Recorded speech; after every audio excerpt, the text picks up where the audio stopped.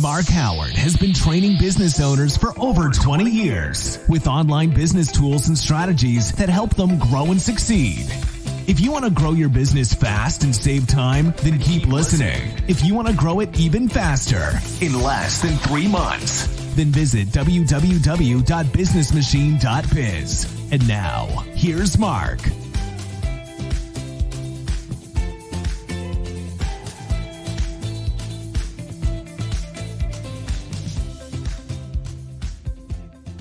Good day, this is Mark Howard from the Business Machine, and in this episode we're talking case studies. They can provide a real in-depth look at your customer's journey and how they overcome a challenge with the help of your business. Case studies are extremely important on your website, and in this episode I'm going to show you how you can set them up, the best layout and format you should be using, and as a bonus I'm going to show you one little trick or tip that you can use on your website to get more Google reviews than ever before. Did you know that you can get even more from Mark Howard, including mini marketing sessions, one-to-one sessions, and even access to his private VIP Facebook group? Interested? Then head over to www.patreon.com/businessmachine and check out the different memberships he has on offer today. Case studies are possibly one of the most overlooked aspects to any company's website. And certainly when it comes to driving traffic to your website, you want to be able to showcase what you do.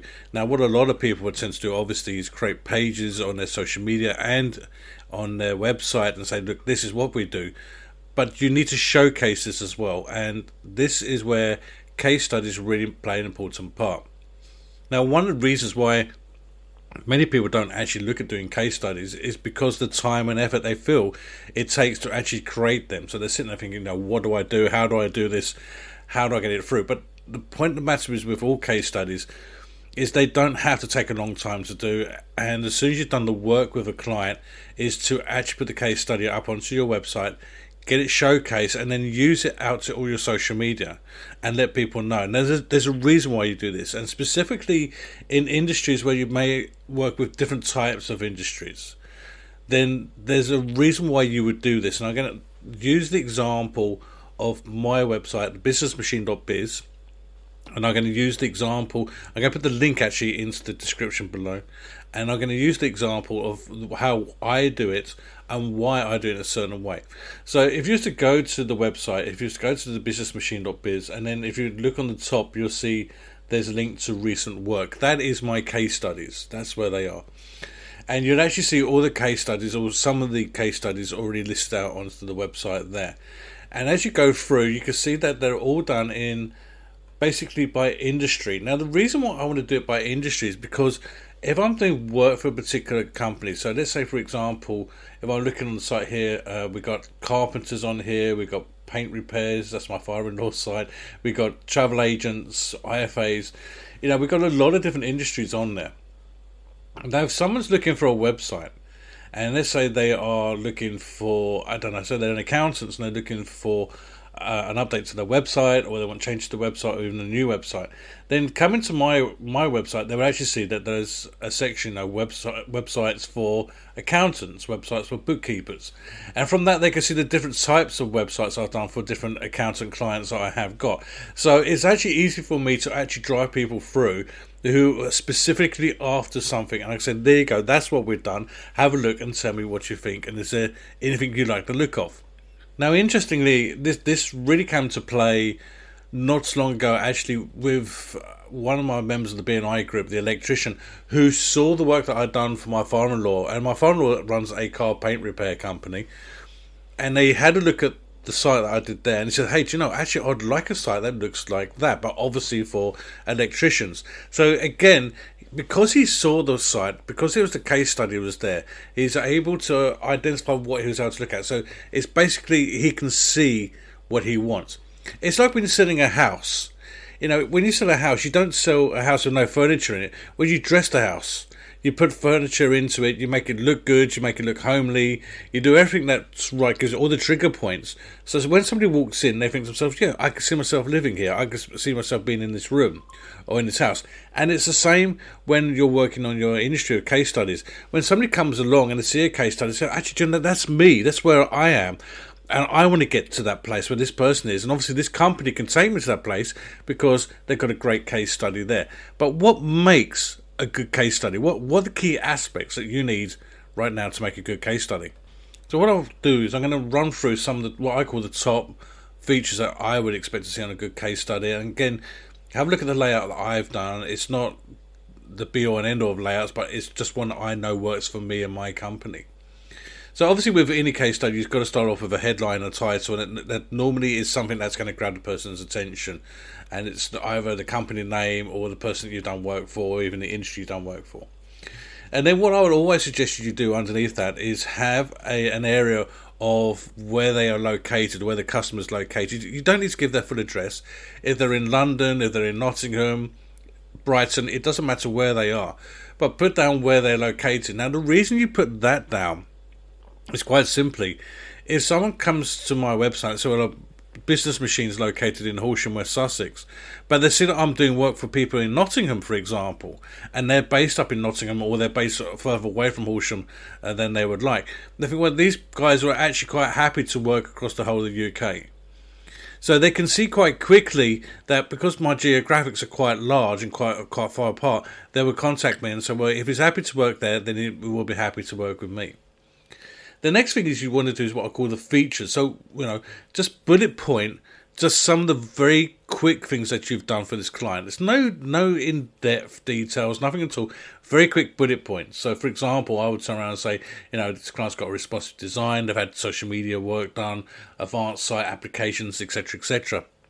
And I did this down or bullet point, just some very quick sections right at the top of all the work they've done.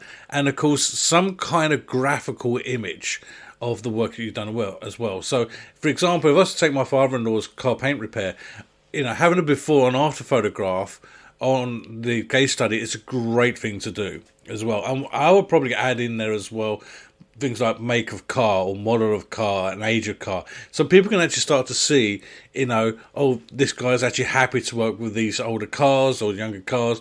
This is some of the things he's done. So this is, straight away, you're giving someone a very quick snapshot, and that's going to be right at the top of the case study. Now, the second part of the case study is really what I call the project overview and the testimonial. So the project overview is basically a breakdown of the work that you've done. And it doesn't have to be war and peace either. Probably 3-4 paragraphs at the absolute most, but don't go into massive amounts of details. Could be very quick. This is what we've done, this is their issues, and this is their problems. So highlight the issues, the pains, the fears. That's what you've got to start with. And then what you then do is to show the solution, the outcome, and how you got over this client's problems. So you're highlighting the client's problem, and then you're showing how you got over the client's problem. And that's pretty much the project overview. And then the last part on that section as well is a testimonial from the client. Now, it doesn't have to be a Google reviews testimonial. It would be nice. But you can just say to the client, look, can I write up a testimonial? And most clients will allow you to write a testimonial because a lot of the time they'll be like, oh yeah, do your testimonial, but they haven't got time to do it. So just say, well, look, I'll write it for you. Just check it through and make sure you're happy with the wording that I've used. And if you are, then you could possibly copy and paste that and leave that as a Google review for me as well. Top hit there, by the way. So that's the last bit. And then the final part is your call to action. Now, if you look at my part, for example, if you look at the case studies on the websites that I do, you see I actually have 2 call to actions on the case studies. The first call to action is literally a button says click here for an instant online quotation. So if somebody wants an instant website quotation, they can click on the button there and then and get an instant online quotation. So they've read the review, they've read the case study, and then they've got that option to get the quotation online. But maybe they don't want that quotation. Maybe they're not interested at the moment. So underneath, there's a contact form. It says, if you're interested in having a website built like this, or if you're interested in having work similar to this, why don't you get in touch, please? Fill in the contact details below, submit it to us, and we'll get in touch and let you know what we can do and how we can do that work for you. So you created this testimonial, and as I said, the best way to do this is as soon as you finish the work for your client, as you just jump on and do the testimonial. It should take you 5 minutes, and what I've actually done is actually created a very simple system in the back end of WordPress that allows me to very quickly, and I mean when I say quickly, I'm talking 5 minutes, of actually being able to fill in a form in the back end of my website, click submit, and then it actually creates the case study in the format and the layout that I actually want it to do. So you can do that. If you're interested in something along those lines, please let me know and I'll show you how that can be done, or the easiest way to do that for you as well. Now, the important thing is once you've created your case study and you've got it ready to go, and of course it's going to be search indexed by the search engines as well, so that's really important. That's why you need to put in the industry of the type of person that you're working with. So, for example, I'll put in websites for plumbers, websites for electricians, that type of thing. So that will help with the search engine rankings. But what this allows you to do as well is when it comes to your social media, you created this post, you created this case study on your website, it looks really nice, and then what you can do is you can take the case study itself and then share it to all your social media posts. People are interested, they will actually come and click on it and actually go to that post. Now, do you want to take it a stage further? And I can hear you saying yes. Do you want to take it a stage further? Let me tell you how to do that right now. I'm not going to go into too much details, but I'll give you a very quick tip. What you can do is for that page, for that case study, is create a retargeting advert for that page. So what you do is, let's say I've created a website for an accountant, which I have done. What I can do is I can create a Facebook retargeting advert just on that page, just for that case study. So that when an accountant comes on and looks at that page, goes, oh, that's interesting, then when they go back to Facebook, Facebook will pick up on that and they'll start showing an adverts from the Business Machine for websites for accountants. So you see how I've done that. So it's a good way of driving people back to your website as well. This is why we use the case studies of social media. I did promise right at the start of this as well, one very quick top tip on how to get more Google reviews. Now, I'll give you a little tip earlier on with the case study by saying write the review for the client, because people can be lazy, they haven't got time to do it. So write the review for the client, get them to check it over, and then they can cut and paste that and put it onto the Google, so make it really easy. There's one other top tip I want to give you as well, and this is absolutely paramount. And you can see this all over my website. At the bottom of the page on the website, it says, click to leave us a review. Click to leave us a review on Google.